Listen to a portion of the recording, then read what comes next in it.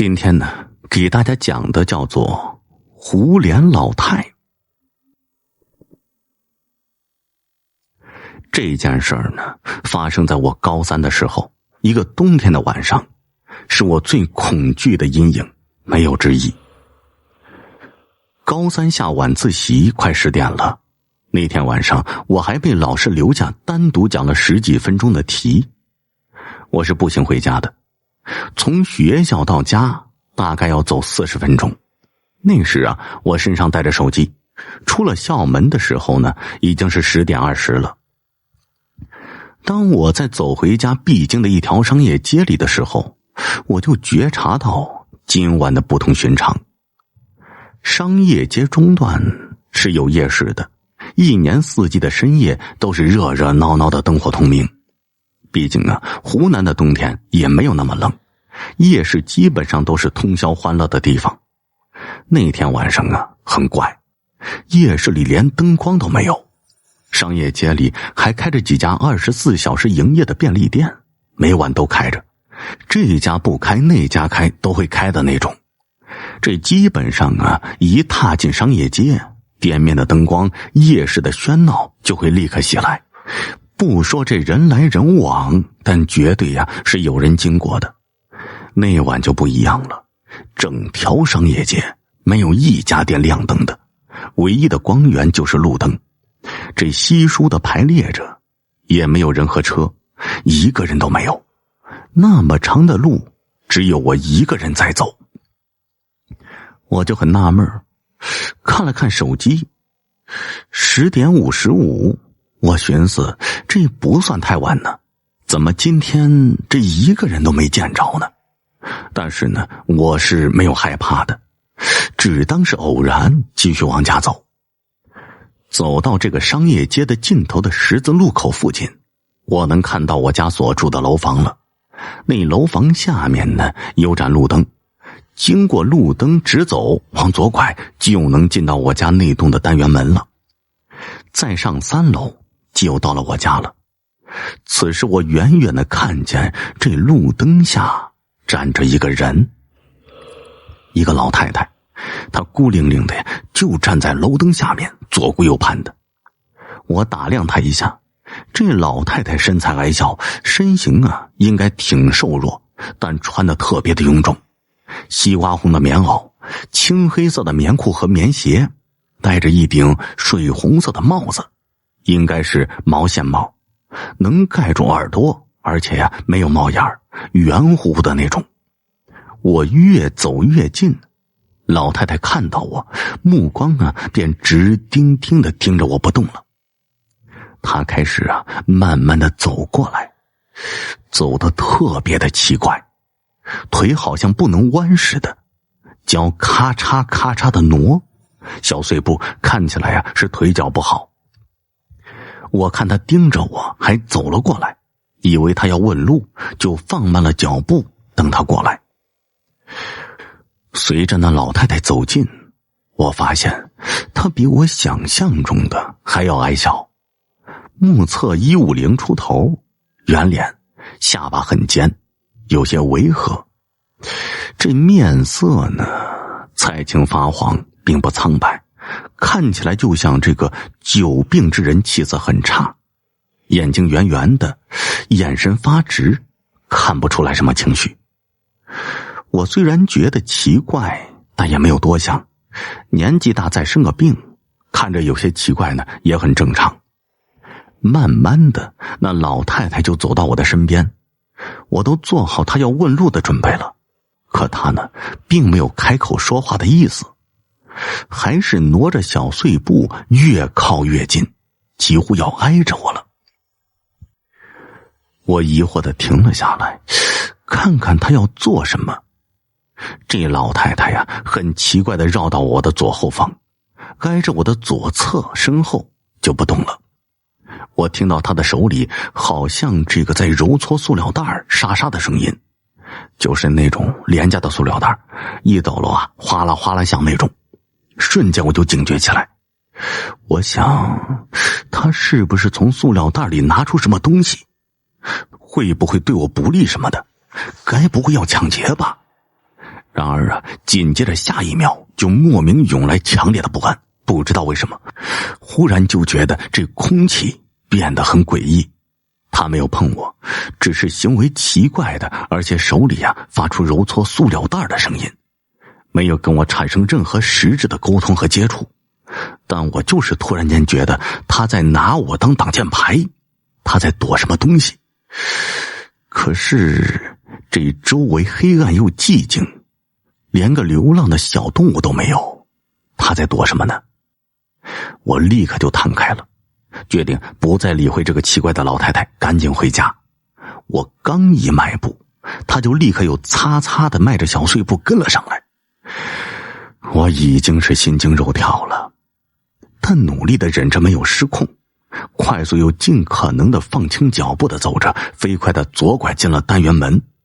期间呢，我回头瞄了一眼，我以为他会加快脚步追我，可是呢，他好像只能那么走，机械缓慢擦擦的小碎步，但确定是跟着我来了。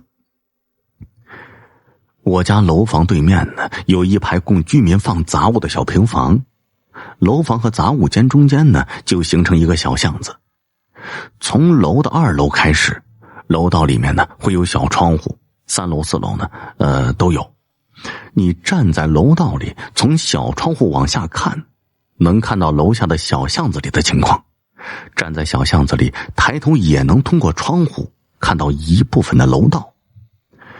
这我进了单元大门，跨不上楼，上到2楼的时候，我突然停住了。我站在2楼的楼梯口的窗户边，眼看着几级的楼梯上面就是自己家了，一股无名的火直冲脑顶。当时也不知道咋想的，只觉得妈的，我大晚上辛辛苦苦的放学回家，本来好意呢，想帮你，你居然莫名的吓我，我倒要看看你究竟要干嘛。于是呢，我侧着身子进楼道的拐角的阴影里面，靠着窗棂，斜着眼睛呢盯着楼下的小巷。这擦擦声由远及近，他果然跟过来了。我看那个老太太依然僵硬的走着，从街上拐进小巷里，站在单元门口不动了。我屏住了呼吸，看着她，她微微抬头，我觉得她应该是在找我了。然而她紧接着有了一个让我毛骨悚然的举动，她开始四处嗅着，声音很大，大概就像是这样，就像这鼻子一下一下吸气的声音。我从来没听见过那么大的嗅声，就像捕猎的动物在搜索猎物留下气味的那种感觉。他的头呢，僵硬又缓慢的左右转动，一次次的转到完全不符合人体的不可思议的角度。我靠墙站着，大气不敢出，憋得头脑发胀。这短短的几秒钟，我狂冒了一身的汗。冬天的夜晚呢，我的汗顺着这睫毛往下滴，我想跑，但是根本动弹不得，双腿就不听使唤，整个人就杵在那里，眼睁睁看着那个老太太停止了嗅气味的动作，擦擦擦的开始往单元门里面挪了过来。她进了单元门，在爬2楼的时候就跟我面对面了。那几秒里面呢，我崩溃了。虽然一动不能动，但我脑子里的惊涛骇浪似的，当时一股怒火就起来了。我想到了死，虽然很遗憾，但我估计我是没命了。他绝对不是人，绝对不是的。我咬着牙想，他要是真上来，我一定踹他一脚，甭管怎么样，只管他在楼梯上露面，我跳起来就是一脚，踹完再死也算不亏了。正当我呢进行着悲壮的心理活动时，楼下老太太停住了。她站在单元的门口，没继续往里面走了。停顿了几秒，她转身擦擦擦的顺着来时的路往小巷外面的街道走去了。我简直是喜极而泣，感觉一定是老天爷保佑，他看来是放过我了，我不用死了。我看着他慢慢的走出小巷，即将消失在楼房墙体的转角处。这才感觉啊，自己全身的衣服都被冷汗给浸透了。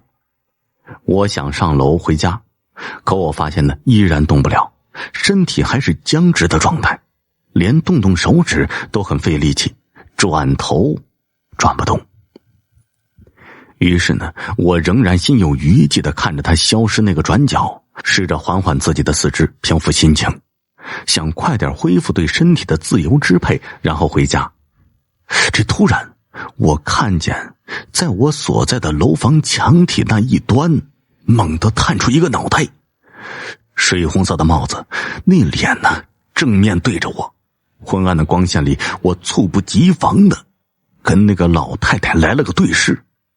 她远远的对我咧嘴笑着，牙齿隐约看起来又尖又密，那尖尖的下巴这时显得更加的长了，眼睛还是睁得圆圆的，无神的直直的对着我的目光。我当时就感觉就像一记重拳倒在了天灵盖上，大脑一片空白，但十分的清醒，清醒的让我绝望了。我就看着他的脑袋慢慢的呀向一边转了过去，直到整个头的侧面对着我。他水红色的帽子似乎被一阵妖风刮掉，从头上掉了下来。我看到他侧面的头颅，他没有头发，大脑的位置是裸露的，就在侧面看，他的头颅缺了一大块，这本来存放大脑的地方是个凹下去的坑。我就那么呆呆地看着他一点一点地缩了回去，然后消失在墙后，全程探出来的只有头，一点点脖子和肩膀都没有露出来。我想象不到在我看不见墙的后面，他的脖子是什么状态的。我相信绝对没有一个人能做到只把一颗脑袋垂直于地面从墙伸出来，而且不露出一点的身体。那个东西啊，消失了不知道多久以后，我整个人散架了一样，直接瘫倒在地上了。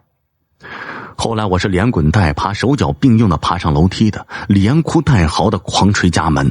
我妈开门的那一瞬间，我死命的扑进屋里，抱着她放声大哭。从那晚过后呢，我妈每天晚上都雷打不动的在楼下等我回家，然后跟我一起上楼。我妈对我的遭遇态度很微妙，我觉得她没信，但又有点信。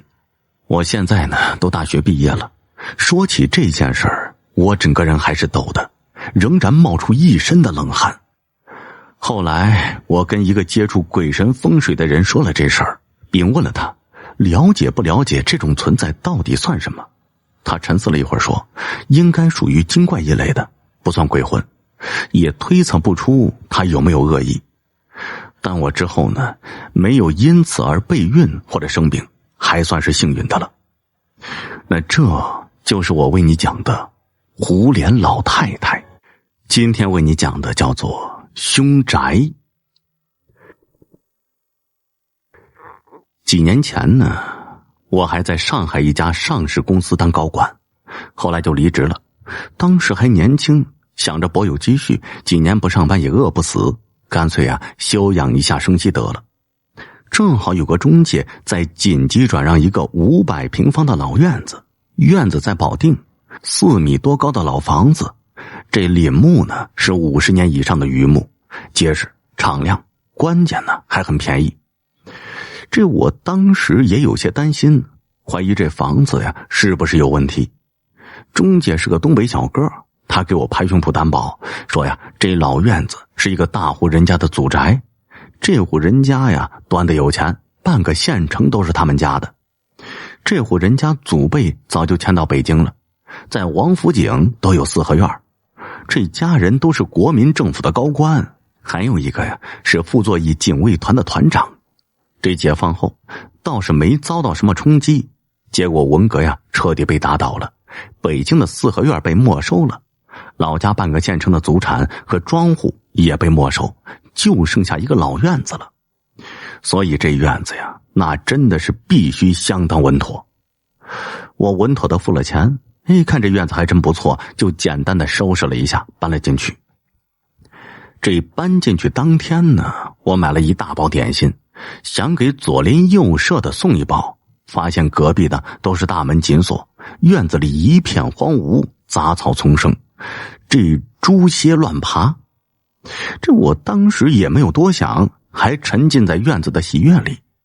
我找个设计师朋友帮我看看怎么装修，他建议要盖一个卫生间，安装一个抽水马桶，要不然呢，这村里的旱厕很不方便。他走了一圈，看这院子里角落搭着一个小棚子，低矮黑暗，里面堆着各种杂物，香炉黄纸什么的，就建议给这推倒了，在这里盖一个洗手间。这是个小工程，他给我画了个详细的图纸就回去了，让我随便找个这个工头盖起来就行。我在网上呢联系了一个小工头，他原本满口答应，结果我给他地址却态度大变，支支吾吾的各种理由推脱，后来直接把我的电话给拉黑了。这后来我也恼火了，直接在村子里招工，来了2个老工人，带着一个疯疯癫癫的小伙子。小伙子白白净净的，见人就笑嘻嘻的唱歌，倒也不惹人厌。这老工人说大工是150一天，小工是100一天。大工呢就是他们2个，小工就是那个傻子。我当时呢也有些不情愿，想着这傻小子也干不了正经活，还要给钱。后来才知道他的用处根本不是干活。在农村呢，动土是一件大事儿，需要看老黄历的，还要杀2只红色的公鸡拜土地。这样等了2、3天，终于开工了。2个老工人呢干活不错，没几天厕所就盖起来了，我也挺高兴的。晚上请他们喝顿酒。这么喝酒聊起来，才知道这个胡同有多凶。他们说原本他们村子这里风水很好，有山有水，山清水秀的，但是几十年前突然水脉就断了，这后山也枯了。有懂行的说我们的风水坏了，被人劫了，所以老出邪乎事儿。我左边的邻居是一个杀猪匠，脾气暴，这喝酒打媳妇儿，媳妇儿气不过，半瓶农药下肚，人当场死在了院子里。这还没完，这杀猪匠成了官府以后，也许心里有愧疚，从此不再大骂人，只爱喝酒，辛辛苦苦拉扯大2个孩子，一个15岁，一个13岁。结果15岁的孩子和别人打架，仇家寻上门来，大儿子吓得躲在屋里不敢出来。这个官府喝得酩酊大醉，迷迷糊糊开了门后又进屋睡觉了。结果这一群人冲进来，把大儿子揪出来毒打。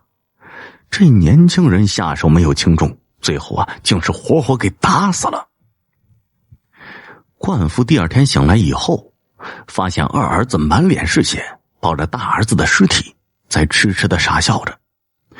二儿子已经疯了，冠夫承受不住，当场在自家院子里的老槐树上就上吊自杀了。老工人感叹，这里真的是闹得凶想要在这里动土开工，必须带上小六子才行。我问道，这小六子是谁他们呢就指了指正在抱着烧鸡直啃的傻小子。他就是小六，当年被吓傻的这个二儿子。另一个工人呢聊起右边一家，也是全家死绝。说起这家也是倒霉，原本穷的叮当响，后来终于好了一些，就开始生病了，全部是癌症，血癌、肺癌、肝癌，没几年一家子全都死光了。他们俩又说这个胡同其他几户人家有车祸的，有溺水的，还有夏天钻到草垛子里睡觉给闷死的，反正怎么死的都有。我忍不住问他们，这胡同那么凶，为啥他们不搬走老工人呢点点头说，说的是，最后3家搬到北京打工了。我忍不住问，这胡同全都那么倒霉吗？有没事的吗？他们异口同声地说，有，太有了。他们说呀，这胡同有一家3代贫农，眼看要不行了，这后来不知道怎么回事，突然间就爆发了。开始搞农业，后来开矿，现在盖楼，做什么什么火，做什么什么火，真像中了邪一样。我就好奇，那他们现在还住这里吗？一个说，他们家有钱，在北京都有大别墅，不过也是乖了，主要还是住这里。我忍不住笑了，没想到我们胡同里还有个亿万富翁啊。2个人都笑了，说呀，不只是亿万，得是100亿富翁。我又问他们，那我买的宅子死过人没有啊？2人很肯定，没有，绝对没有。我也有些惊讶，问他们为啥周围的宅子都死了人，我这个没事儿。没想到这话一出，周围安静了下来，没人说话了。这时啃着烧鸡的小六突然仰起头来，痴痴地笑了起来，对着空荡荡的院角喊了一句，嘿嘿嘿嘿，你们俩过来玩啊。这大半夜的，小六猛然喊这么一嗓子，真是让人毛骨悚然。扭头看看，小六看的方向就是拆除棚子所在的地方。我也有些紧张，这2个老工人也是一脸的紧张，低声训斥着小六，让他老实吃饭，赶紧闭上臭嘴。被小六这么一弄，大家酒兴也散了，说今天就到这儿吧，明天还要干活呢。这当天晚上，我躺在床上是翻来覆去也睡不着了。好容易有点睡意了，就听见天窗传来扑哧扑哧的声音，像是有人在那吹气。我一个机灵就坐了起来，拉开灯看看，这天窗空荡荡的，什么都没有。我也觉得自己太紧张了，因为这个房间有4米高，天窗就开在最上边，谁能爬那么高吹气啊？可我刚躺下，又听到上面传来窸窸窣窣的声音，而且一下又一下，像什么东西要钻进来。可是当你打开灯找时，却什么也找不到。我有些紧张了，找了把水果刀握在手里，开了灯，在那小心的看着。没多久，那窸窸窣窣的声音又传来了，偷偷看看，才发现这天窗玻璃破了一个角，外面有飞蛾想要钻进来，但是破洞太小了，钻到一半竟然被卡住了，所以才发出这种声音来。我垫了2个凳子，才颤巍巍地够着天窗，用破报纸将漏洞堵得严严实实的。刚松了一口气，就听见院子里突然传来扑哧的一声笑声。在寂静的夜里，这笑声格外的清晰，让我忍不住回头看去。就在房间正对面的窗户上，贴着一高一低2个脑袋，正捂着嘴巴对我乐。这当时的感觉很奇妙，你能清晰地感觉到2个孩子一高一低，脸贴着窗户往屋里看，却看不清他们的样子以及他们穿的衣服。我猛然想起小六说的那句话，你们俩过来玩啊。我身子一颤，一下从椅子上摔了下来，爬起来再看看，窗户干干净净的，连个鬼影子都没有，哪有什么小孩啊？但是那扑哧一声的笑依旧在我耳边回荡着。我不敢再睡了，索性开着灯读书，硬是熬了一夜。我一直等到2个工人来，就赶紧把这事儿跟他们说了。我忍不住问道，那2个孩子到底是什么情况？这2个人就叹息一声说，那天晚上给我讲过，有哥俩2个孩子暑假打麦时钻进了麦秸垛，不知道怎么回事，2个孩子竟然在麦秸垛里睡着了。等人找到后，2个人全闷死在里边了。后来就有老人说，在晚上会碰到这2个孩子，但是碰到是碰到，倒也没有遇到啥事儿，所以大家慢慢的就习以为常了。他们安慰我，没事的，你就当他们是猫啊狗啊的，习惯就好了。我实在是不能接受这种事情。后来托人请了一个道士，做了一场超度法事，但道士呢却失败了，说地底下有个大东西，他得罪不起，钱都没收就跑路了。好在从那以后，这2个孩子倒是再也没有在院子里出现过。后来我在一次翻修院子时，请了一个民间的风水先生帮着看看。这风水先生其貌不扬，穿着一身山寨服饰，却是一个民间高人。他就说了2句话：一，你这院子闹鬼；二，院子里被人埋了2个死孩子。那这就是我为你讲的凶宅的故事。今天给你讲的故事叫做梧桐树下的鬼影。事情发生在哪一年我也记不清了，只记得当时我大概6岁，应该是1990年。我家在湖北省的大杨村。我小时候是在农村长大的，原本我家是和奶奶二叔家住在一起的。由于妈妈和奶奶经常吵架，后来没办法，我们一家搬了出来，搬到河对岸的一所废弃小学，整个学校只有我们一家住在里面。学校校舍门前种了很多年份很长的梧桐树，一棵棵又高又大的，一到晚上我就感觉阴森森的。更要命的是，那时候的厕所都建在房子外面，我家的也不例外。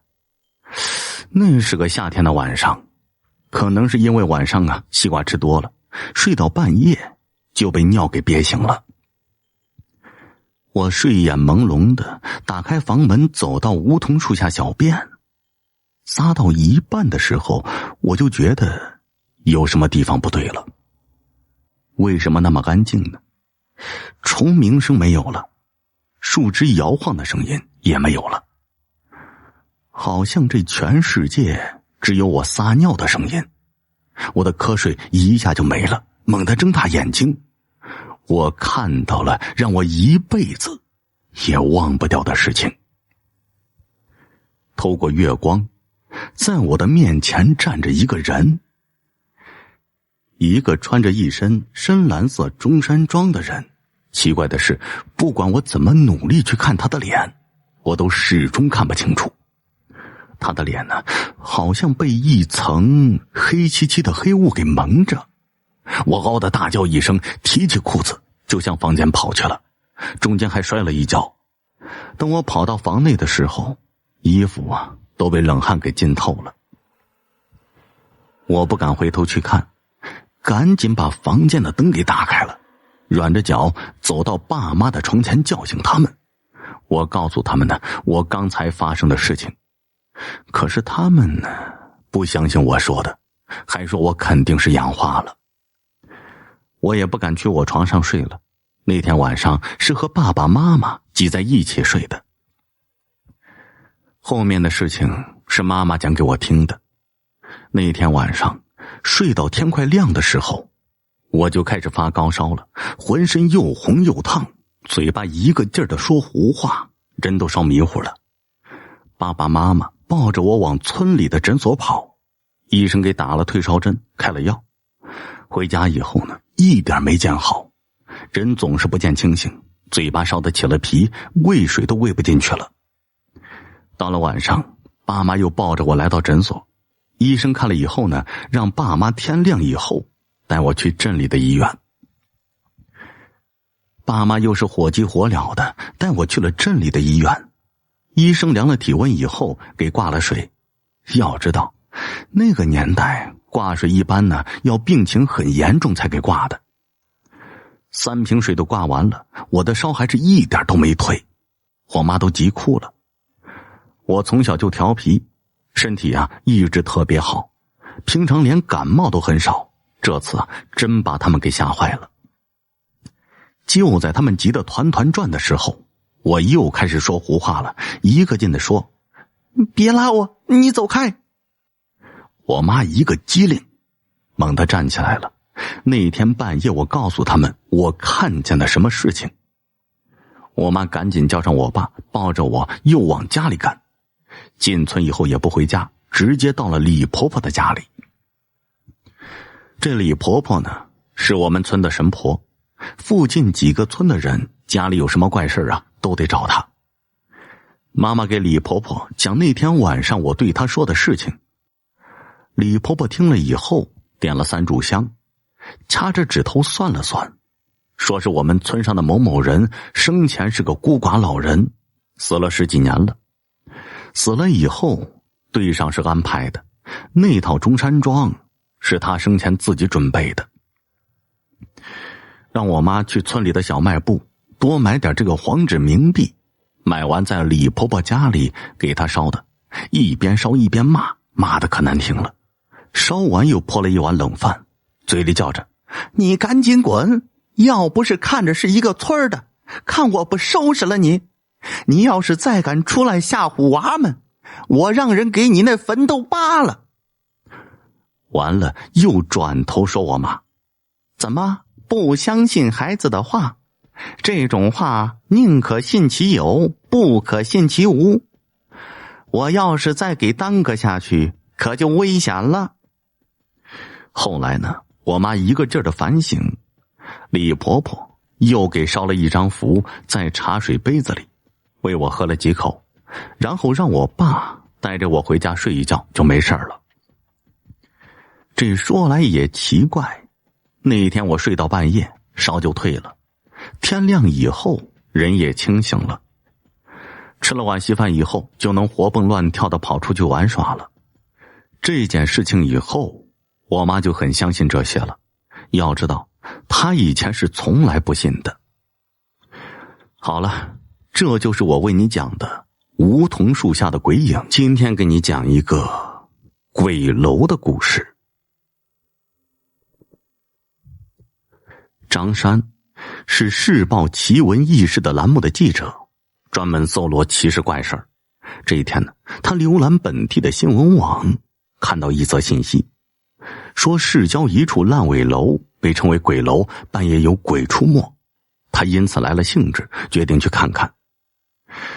白天张山围着烂尾楼转了一圈，这儿空荡荡的，荒草疯长，阴气森森的，很吓人。走着走着，他迎头碰着一个衣着光鲜戴着墨镜的男人。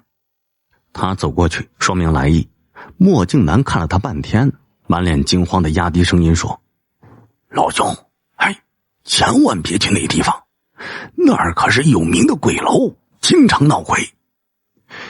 这张山一听，脊背上直冒着凉气。墨镜男见张山一脸狐疑，继续说道，那几栋烂尾楼是违规建筑，开发商行贿官员暗箱操作，事后从顶楼跳下身亡，从此那里晚上就经常有鬼魂出没。为了搞出能吸引人眼球的新闻，张山虽然有些害怕，但还是决定晚上带着相机蹲守，看看有没有鬼出没。到了夜里，张山战战兢兢的躲在一栋楼内，为了防鬼，他准备了一个强光手电。这时间一分一秒的过去了，外面呢却什么动静都没有。也许是太过劳累的缘故，不知道什么时候，张山竟然坐在窗户边给睡着了。啪啪，窗户上有节奏的敲打声惊醒了张山，他心中一紧，猛地睁开了眼睛。一阵隐隐约约的啼哭声从窗外传来，难道是墨镜男口中所说的开发商的怨魂吗？张山的心砰砰一直跳个不停，好像要冲出嗓子眼似的。他哆哆嗦嗦的去摸强光手电，这摸了半天竟然没找到手电。这啼哭声是越来越大，尖叫的声音呢阴森恐怖。张山是大气都不敢出了，他偷偷转过脸往窗户瞧去，借着微弱的星光，一个全身白色长袍、披散头发的身影在窗外飘飘悠悠，若隐若现。好在张山并没有被吓傻，见鬼魂没有进屋伤害他的意思，鼓起勇气一咕噜爬起来，朝着窗户的方向磕头便拜，嘴里念经似的说道：鬼大哥，鬼大哥，我听说你是冤死的，可这跟我没关系啊，我只是看到这么好的房子无人住，好奇来这住一宿，如果打扰了你，那你说句话，以后我再也不来了，求你千万不要吓唬我。张山的这招还真管用，窗外的鬼影不再移动，哭泣声也渐渐停止了。见鬼魂久久不肯离去，无意间摸到强光手电的张山猛地打开手电，朝白色身影照去。这白色身影微微的一晃，身体渐渐缩小了下去，猛地一抬头，露出了森森的白骨，两个眼睛空空如也，嘴角突然裂开，吐出了一个半尺来长的猩红的舌头。张山大叫一声，强光手电也扔在地上，借着这手电的余光，他清楚地看到鬼魂的身体萎缩成了一团，这顶着大脑袋慢慢悠悠地飞走了。天空中传来凄厉的声音：不要打扰我清静。这鬼魂没了踪影，张山一下瘫坐在地上，浑身上下都被汗水给浸透了。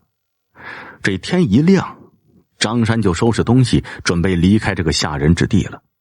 临走的时候，他出于好奇打开窗户，伸头往昨天的这个鬼魂所在之处看了看，竟然发现这地上躺着一枚戒指。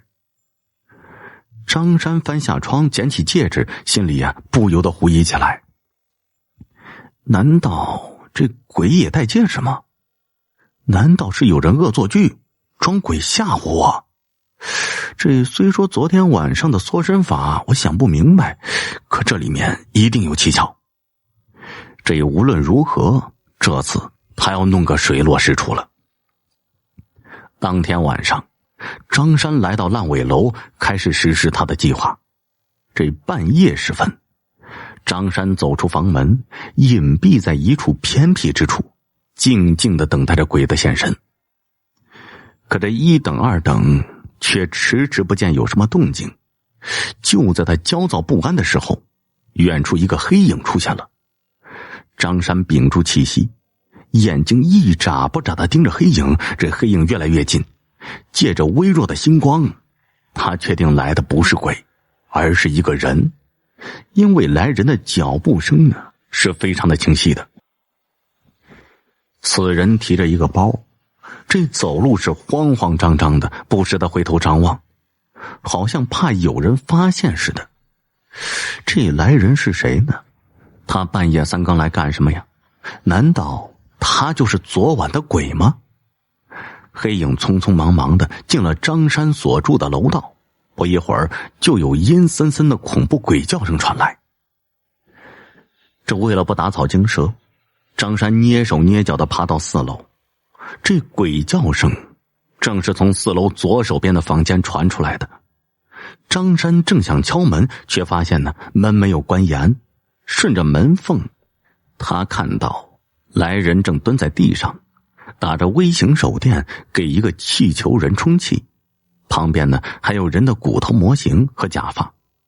怪不得昨天晚上看到鬼魂飘飘悠悠的，原来有人在楼上用线系着木偶。这鬼魂缩成一团，是气球撒了气了。为了吓人，他真是挖空了心思。这张山一步一步地走过去，并思考该怎么惩罚眼前这个吓唬他的人。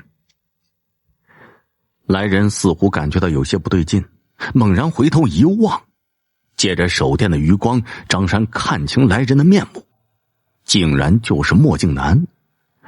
墨镜男看到张山也是啊的一声，一下栽倒在地上了。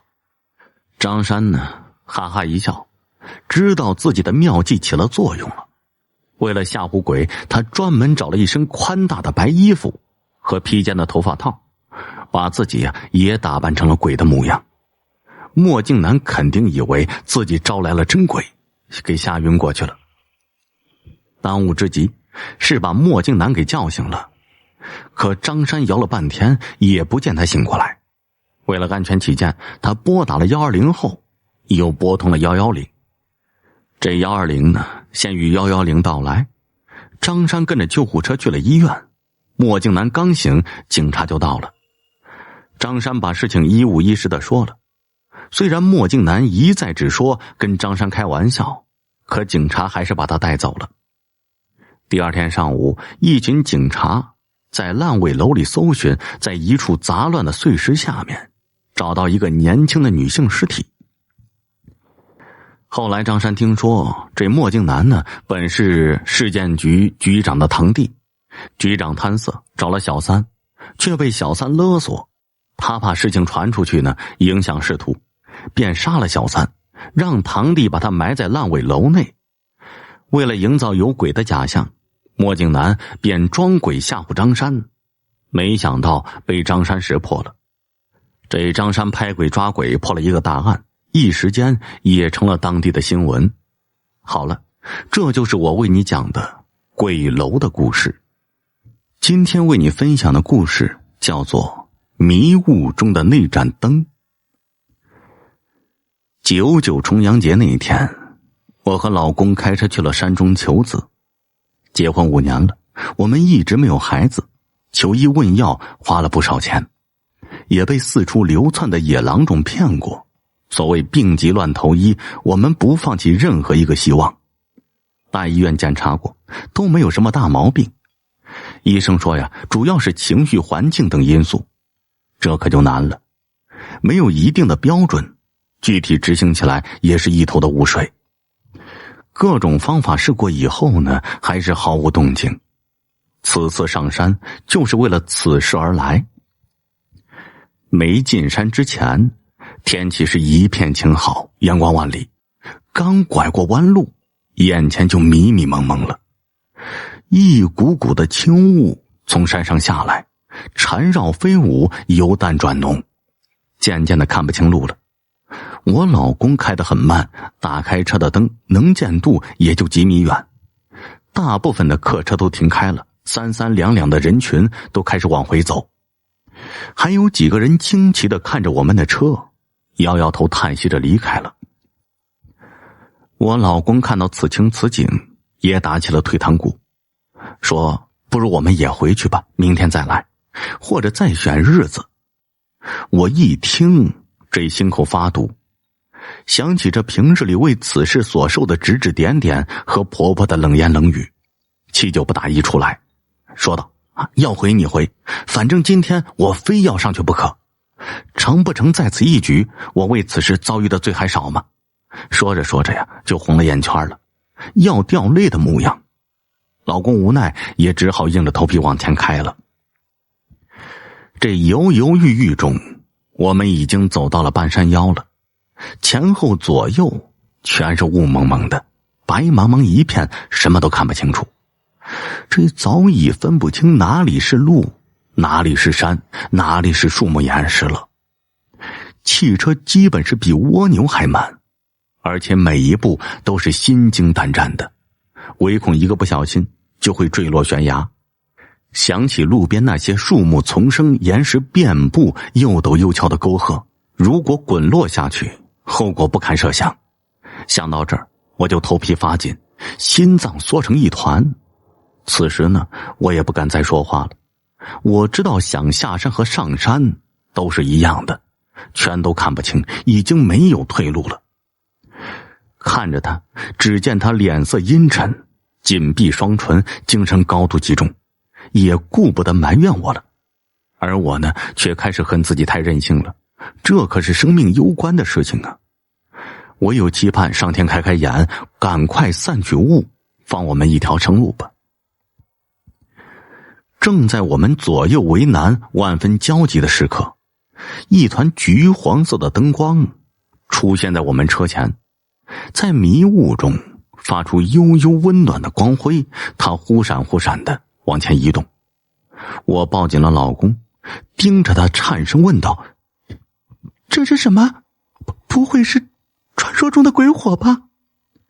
我老公呢一向胆大，哪有什么鬼火？也许前面是一辆车也说不定。我们跟着他走，他的速度也不是太快，始终保持着让我们看见的距离。这如果说是汽车，怎么可能只有一个尾灯，而且还是黄色的？尾灯应该是红色的才对呀。刚开始我们心里害怕，远远的跟着他。后来见没什么事情，而且盘山公路的弯度他掌握的刚刚好，我们就放心的跟着他。这奇怪的是，他像知晓我们的心事一般，一路领着我们到了山上的古庙，还没进门他就消失不见了。此时这大雾瞬间就散了，古庙清晰地出现在我们面前，里面袅袅的青烟飘散出来，正午的太阳照着院子里蓬勃生长的树木草丛，寂静安好，这一切就像从未发生。再想找找那盏黄色的灯光是怎么一回事儿，却没有一点痕迹，真像是一场梦一样。庙里呢，只有一位老太婆笑眯眯地看着我们，为我们递上香，和蔼可亲地看着我们上香许愿。最后我们要下山了，她又依依不舍地目送我们那么远，仿佛我们是她的亲人一样。这3个月后，我怀孕了。10月之后，生下一个白白胖胖的小家伙，眼睛明亮，哭声贼亮，这小胳膊小腿蹬得特别有劲。当孩子满1周岁的时候，我和老公又开着车上山还愿。当我们再次走进庙里的时候，发现一切都变了模样。这和蔼可亲的老太太不见了，里面只有一个面无表情的老大爷在扫地。我想起那天奇异的事情，就忍不住问老大爷，这里是不是有一位老大娘，面目可亲，今天怎么没见她？我们上次来的时候她还在呢。听我们提起老大娘，老大爷的眼神呢一下子暗了下来。你们是说我家那个老太婆吧？嘿，她走了好几年了。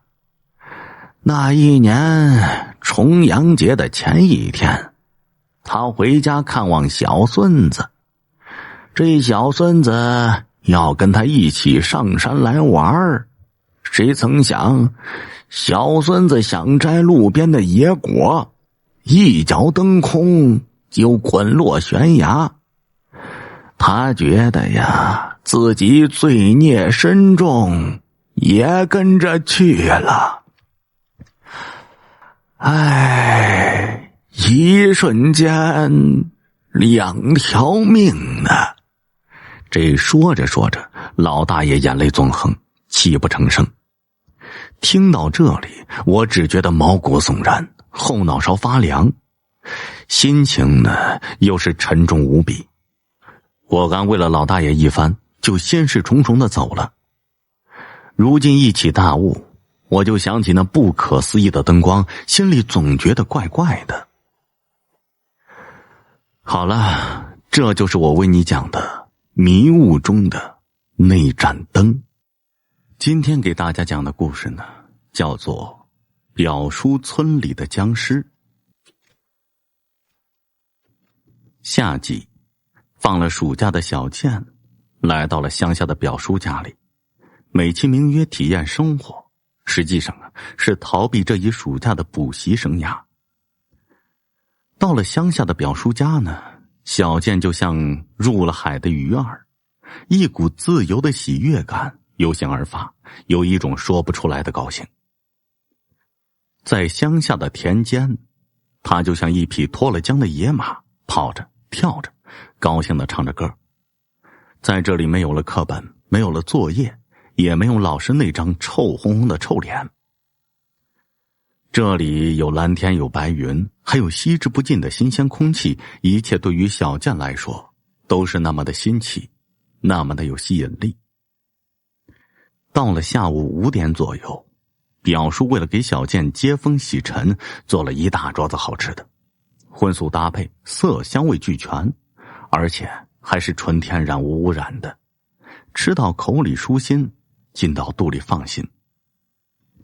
这一顿饭一直吃到天色擦黑，才开始放下筷子收拾桌子。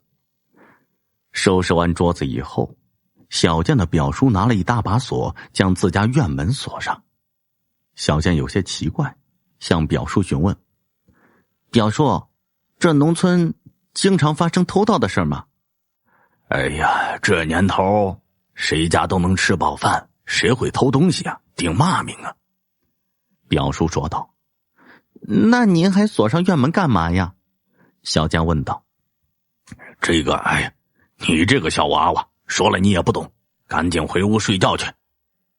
说着呀，就拉拉扯扯的将小健给推进了屋子，又反手将屋门也给锁上了。锁上屋门还不算完，居然呢连窗子也给封上了。这还嫌不够，又用2个粗大的铁棍把窗子从里面插紧，甚至还找来2条厚厚的棉被，将窗户封的是严严实实的。表叔，你这是干嘛呀？小健问道。这农村夏季蚊子多，我怕蚊子进来。表叔神色有些紧张的说道。蚊子多，把窗子关住就算了，至于用这么粗的铁棍给插住吗？再说了，就算防蚊子，还在窗口捂住棉被干嘛呀？这不是多此一举吗？做完这一切，表叔才如释重负一般，将房中的电灯打开，坐在床上抽起旱烟来。这本来房间就不大，门窗还都紧闭着，一点新鲜空气都进不来。他这一抽旱烟，差点把小健给呛晕过去。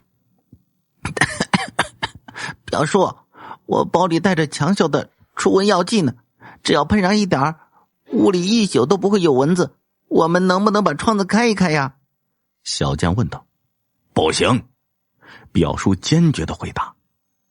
表叔，我快憋死了，咱们就通通气吧。小健请求道。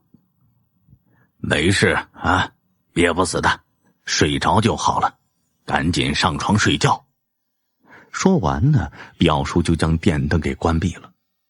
小健也没办法，只得上床睡觉了。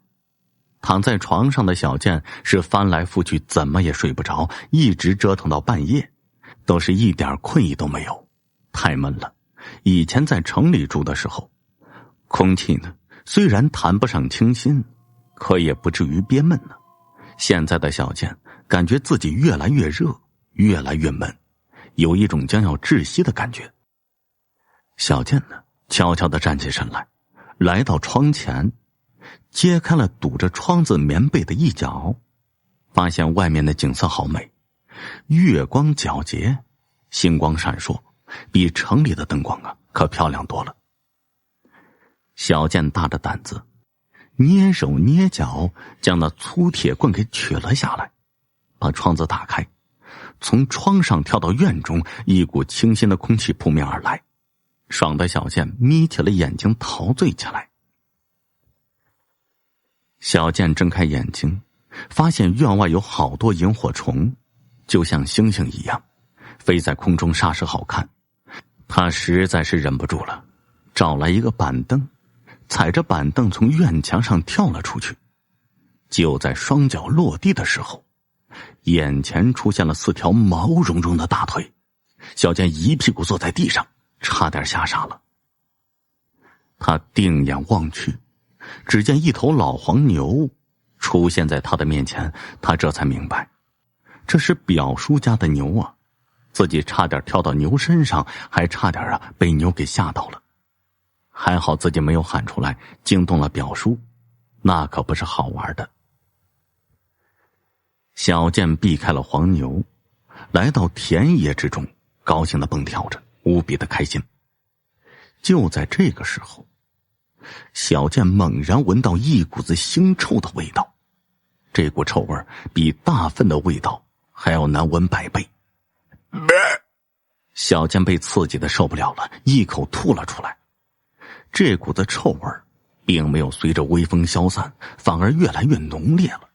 小健吐的胃都抽筋了，肚子里实在没有什么东西可以继续往外吐了，这才停止。就在小健吐完抬头的时候，发现眼前多了一个人，就站在自己的面前，面对着自己。由于他遮住了月光，小健呢看不到他的长相，只是感觉所有的臭味都是眼前这个人身上散发出来的。小健往后退了2步，想要避开这个人，却没想到这个人居然向前跟了2步，和小健保持距离。你是谁啊？小健心里有些发慌，颤声问道。那人呢没有回答他，而是对着小健伸出一只手来，这只手失去了身体的遮掩，照上了月光，让迎着月光的小健看的是清清楚楚。这只手上有着10多公分的指甲，指甲森白，在月光的照射下散发着寒光，如同利刃一般，冷气森森的。手上的肌肉是青色的，上面还蠕动着一条条的白蛆，随着白蛆的蠕动，一股股浓烟散发出来，造成了一股股的恶臭，就是将小健熏吐的那种恶臭。更让小健害怕的是，他的那只手臂上没有肌肉，有的只是白森森的骨头，骨头上居然长着红毛，红毛根根炸起，就像钢针一样。这僵尸！小健大喊了一声，准备转头往回跑，可是他一转头居然撞得跌倒在地上，身后居然还有一个和刚才的一模一样。小健蹲坐在地上，瑟瑟发抖地望着眼前僵尸，他想后退，可是一想到后面也有一只，就不敢再有所动作了。2只僵尸将小健围堵在中间，一步步地向小健逼近。4只僵尸的爪子全部落在小健的4肢上，将小健高高的举过头顶，用那尖锐的利爪划开了小健手脚上的动脉，让小健的鲜血一滴滴的流下。而那2只僵尸在下方仰着头饮血，咕咚咕咚，一口一口的吞咽着。小健的意识越来越薄弱了，直到他的血都已经快流光的时候，2只僵尸还不满足，将他的4肢狠狠地扯了下来，一人拎着一条腿撕咬啃食。小健的意识也彻底消失了。这就是我为你讲的表叔村里的僵尸。今天给大家分享的故事呢，叫做奶奶回魂。高中毕业之后不久，我的奶奶就去世了。奶奶去世前1年，只要我周末回家，她就会叫我和其他几个晚辈去看她的棺材。奶奶的棺材是黑色的，很高也很大，反正我从记事开始就有这口棺材了。奶奶当时已经84岁了，由于生病吃药太多，有了副作用，双眼从2年前就已经看不清东西了。奶奶的棺材盖子呢，一直都是揭开着摆在那里呢。她叫我们去看，就是看看棺材底有没有潮湿的痕迹。刚开始看的时候，我们告诉她说棺材里面干干的，奶奶会自言自语的笑笑说，还要等到什么时候啊？去世前半年，有一次我们看完棺材以后，向奶奶汇报说有点潮湿的痕迹了。奶奶听后呢，点点头说道，哦，知道了。去世前2个月我回家，奶奶又叫我带晚辈去看那口棺材。我看到里面呢有一半都潮湿了，就告诉了奶奶。奶奶就笑了说，好，我知道了。由于高考临近，学校的复习抓得很紧，我近2个月都没有回家。高考结束以后，我回到家里，首先去看奶奶，因为她呀很疼我，我也很爱她。奶奶似乎能看见我一般，离着老远就喊我的名字。当时我还笑着说：“奶奶，你真是神仙呢，你怎么知道是我？”奶奶笑笑，没有解释。当时奶奶看起来精神很不错，我也很开心，我们闲聊了一阵子。奶奶又叫我呀去帮忙看她的棺材。当时没有别的晚辈，就我一个人，我也不好说什么，就去看了。就见这棺材里面好像湿了一般，再没有干燥的地方了。我告诉了奶奶，奶奶听完以后没有说什么，只把我拉到跟前，从头到尾摸了一遍。奶奶虽然很疼我，但我记得14岁以后她就没有这样抚摸过我了。可这次她抚摸我的时候，我突然心底升起一种莫名的悲怆，反正是说不出的原因。奶奶抚摸了我一阵，说了句话让我莫名其妙：“差不多了，应该差不多了。”然后拍拍我的手说道：“去给我摘几个李子来吃。”当时李子还没有熟，我就爬树上选了5个相对来说比较大个的李子给奶奶。奶奶接过以后并没有直接吃，而是包在了荷包里。我不知道她的用意是什么，也就没有问。当天晚上我们吃的是腊肉煎饼和稀饭。奶奶突然喊我的名字说道：“你给我喂2个煎饼吃。”这我当时就觉得呀很奇怪，她从来没叫我喂她吃什么东西啊，但我还是依言照做了。奶奶吃得很香，但就吃了2个，稀饭也没有吃，然后就说呀要去睡觉了，让我把她扶到她睡的屋子里去。我扶她上床以后，奶奶又拉着我抚摸了一阵，有几次我感觉她似乎想要说什么，但总是欲言又止，最后就拍了拍我的肩膀，示意我可以走了。我临出门的时候，奶奶突然自言自语地说：“如果熟了，你愿意吃，那多好啊。”我呢也没有细想。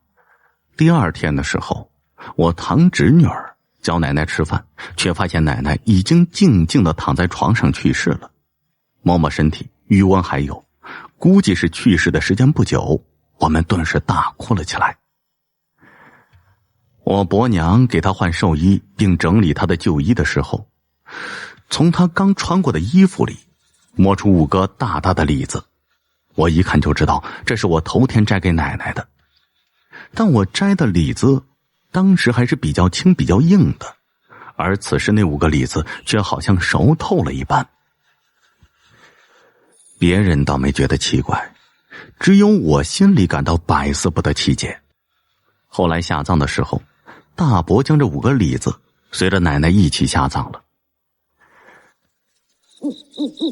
这时间一晃，奶奶已经过了100天了，天气也逐渐转冷。这一天晚上，我8点左右就睡上床去了。我熄灭了灯，这当晚的月亮很大很明亮，透过窗户，这屋里呢也显得非常的清晰。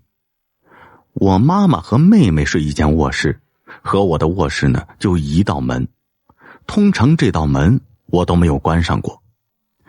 我躺上床，翻来覆去的睡不着，冥冥中总觉得有什么事情会发生。大约9点半的光景，恍惚间我感觉有人在屋里走动，于是就睁开了眼睛。果然在透过窗户的月光下，我分明就是看到奶奶回来了。她身上穿的正是去世后新换上的那身黑色的寿衣。奶奶来回走了2圈，步子很慢，但没有任何声音。奇怪的是，我一向胆子很小，特别害怕见到死去的人，但这天晚上我见到死去奶奶的时候竟一点都不觉得害怕，还忍不住轻轻喊出了声：“奶奶！”奶奶似乎听到我的喊声，好像迟疑了一下，然后就往通向过道的门走去。我急了，就大声的喊起来：“奶奶，奶奶！”但奶奶不但没有回头，直接消失在了门口，而当时通往过道的门是反锁着的。奶奶消失后，门一直没有开过。我的喊声把另外一个卧室睡觉的妈妈和妹妹也吵醒了。我妈知道我胆小，就忙从一直开着的那道房间门跑了过来，连衣服都没有穿整齐，进来就问我：“你看见什么啦？”我老老实实的说呀，我看见奶奶了。我妈就说：“那是你的梦，是幻觉，不要想那么多。我和你妹妹就在旁边卧室，谁敢来打搅你呀？”我呢也就没有多说什么。第二天，我无意中发现妈妈偷偷买了一把香和一沓纸出去了。后来我和妈妈就一直没有再谈起过这件事情，但我心里总觉得那晚我看到的真真切切就是逝去的奶奶。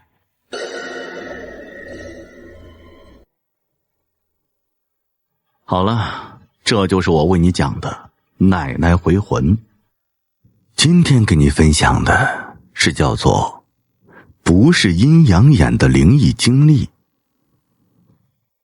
首先说明的是，我不是阴阳眼，却经历了太多的灵异事件。以下不是我编造的故事，可以不信，但请不要诋毁。6岁之前，我的运气非常好，每次买瓜子儿都能再来一包，每次店家只能牙痒痒的看着我用5毛钱包走5包瓜子儿。一直到我差点出事以后，一切才改变了。我那时候最喜欢去外婆家的阳台玩，从阳台经过隔壁的房顶，跑到另一家的阳台去玩。有一次我跑得太快，双脚交缠在一起，就顺着瓦片往下滚，都已经看到楼下的猪肉档了，刚害怕的闭上眼睛，就感觉有人扯住了我的脚，还在空中翻了一圈。当我再睁开眼睛的时候，我正面对着刚刚摔倒的地方。表妹吓坏了，瞪大眼睛看着我，不过我很快反应过来，也不知道这世界有鬼魂的存在，不晓得好好的一番感谢，就赶紧跟着表妹下楼了。这件事儿呢，后来也不敢跟大人说，表妹却一直很疑惑，说我当时摔倒的时候有一团白色的东西到了我的脚边，接着呀我就得救了。还在怀疑我是会轻功的世外高人。这次以后，我买瓜子啊一次都没中过奖，好像无论遇到什么事情都挺倒霉的，不过也没有什么大事儿，完全没有将两者联系起来。一直到了1年后，我去小学了，刚学骑自行车，可是碍于白天马路上都有人，无法练习。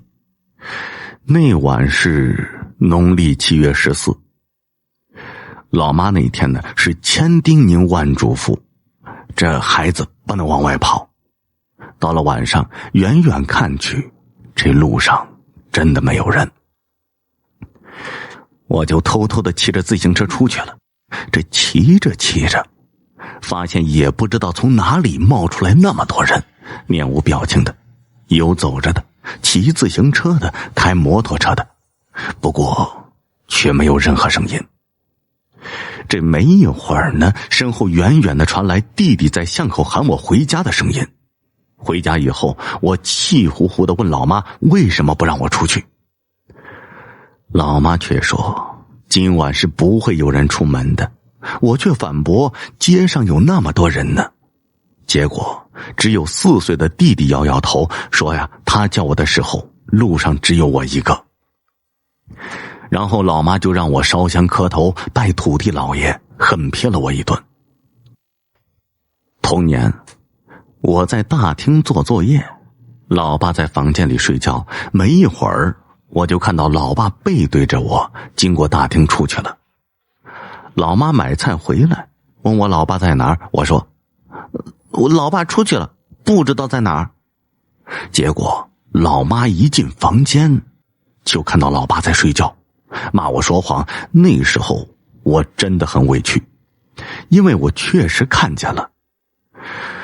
这没过几天呢，我在楼上看到老爸背对着我进了厨房，记得上次的委屈就跟了上去，结果厨房呢空无一人。当时只觉得疑惑，跟老妈说了此事，又被狠批了一顿。这又过了几天，我在大厅里看到门口有个白飘飘的影子飘了过去，噌的一下我就冲了出去，被老妈赶紧拉住，问我想干什么。我说想拉住那白影来证明我真的没有说谎，又被狠批了一顿。不过这次老妈没有再说我说谎了，而是说下次看到白影就当没看见。一直到几年前，老妈才告诉我，其实她知道我们以前的房子不干净，不只是我，老妈还有奶奶都看见了。那背影超像我老爸的鬼魂，每次走进房间跟厨房。听到这儿，我感觉好委屈，这当时干嘛不跟我说呀？说我说谎，这孩子会很伤心的呀。还是在那一年，老姐憋尿看动画片，最后真忍不住了，才赶紧冲去厕所，却看见一个穿裙子的女孩牵着一条狗站在厕所前。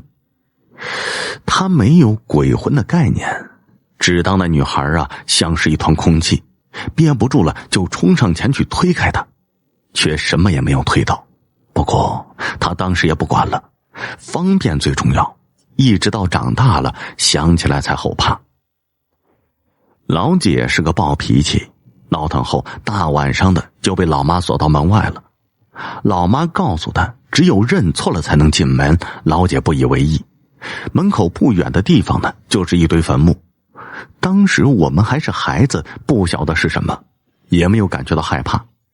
老姐在门口站了一会儿，就看到附近的田园里有个穿着白西装的鬼魂，吓得赶紧道歉进门了，还以为是坏人。后来在田园看到过这个灵体，他每次只是走一走，白西装白帽子，看不到脸。好了，这就是我为你讲的我的经历。今天给你讲的是15年前的溺水事件。这件事儿应该是在2000年上下的时候发生的。我记得那时候我还在农村，大概上小学5年级的样子。故事的主人公跟我是同姓，本来是在城市里面的，他的伯伯也就是他爸爸的哥哥是河南某军区的一位高管，所以那个年代能够去市中心居住的人都是有条件或者家里有背景的，有前妻的帮助。在这里呢，我简单的用小小来代替主人公的名字。小小在没有出生之前，前面有一个哥哥，和他的爸爸妈妈在市中心，后来听说1岁不到就溺水去了天堂了。这后来就有了后来的小小。过去的农村烟多嘴杂，人们都好面子。后来小小出生后快到10岁的时候，小小和他的爸爸妈妈回到我们村里来了。一回村子里就盖了一栋2层高的楼房，大家都知道是小小的伯伯赞助的。可是小小的爸爸妈妈却面子上过不去，于是这为了掩人耳目呢，小小的爸爸跟他的妈妈在我们老家的一个很偏僻的地方种起了西瓜。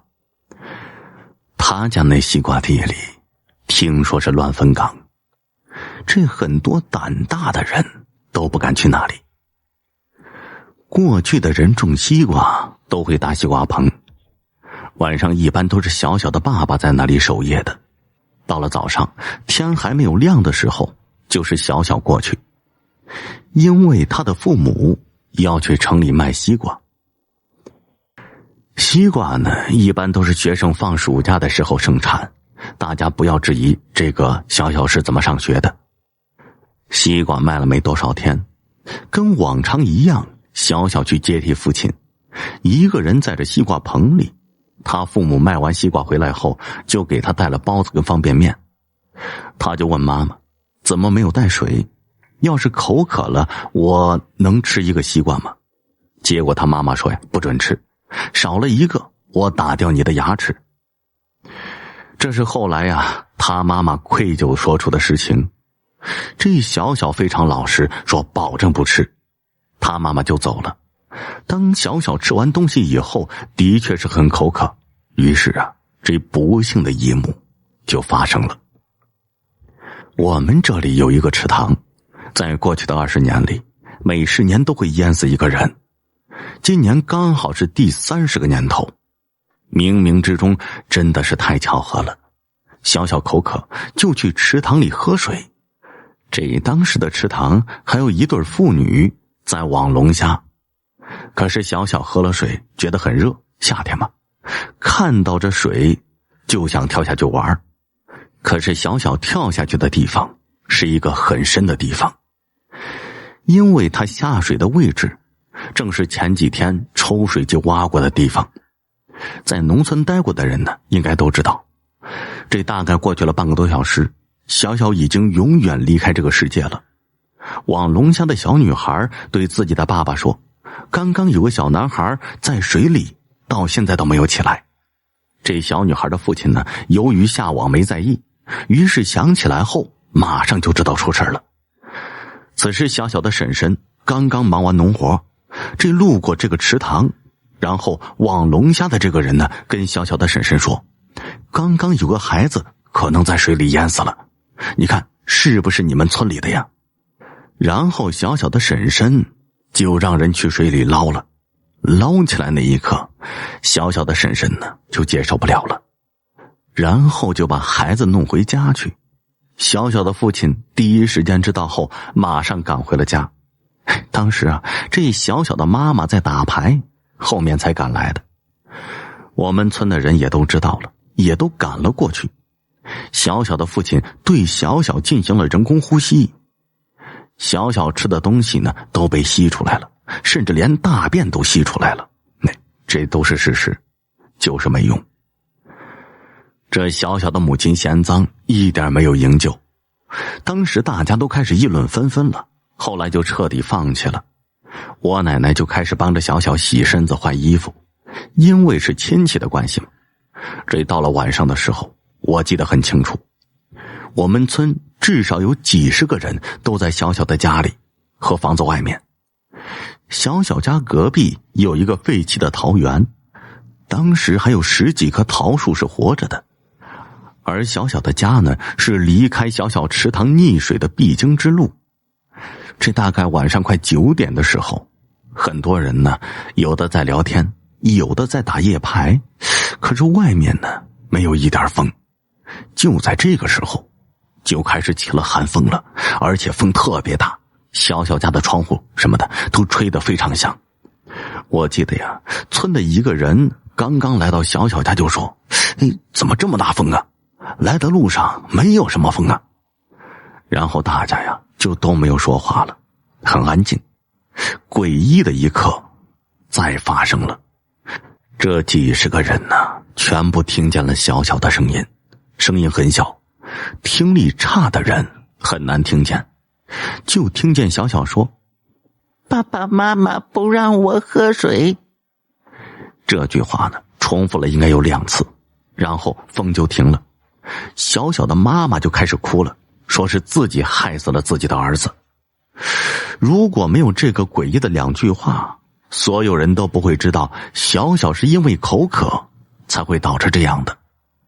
大家开始痛恨小小的母亲了。小小的父亲当时就打了他一大耳光，然后在亲戚朋友的劝说下，整理了小小的所有衣服，找了一个地方给烧掉了。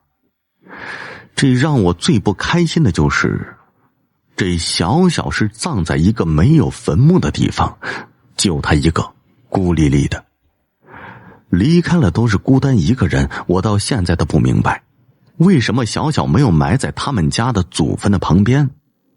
这葬礼处理完以后呢，所有的事情又回到原有的轨迹。小小离开后不到2年的时间，我就搬进市区了。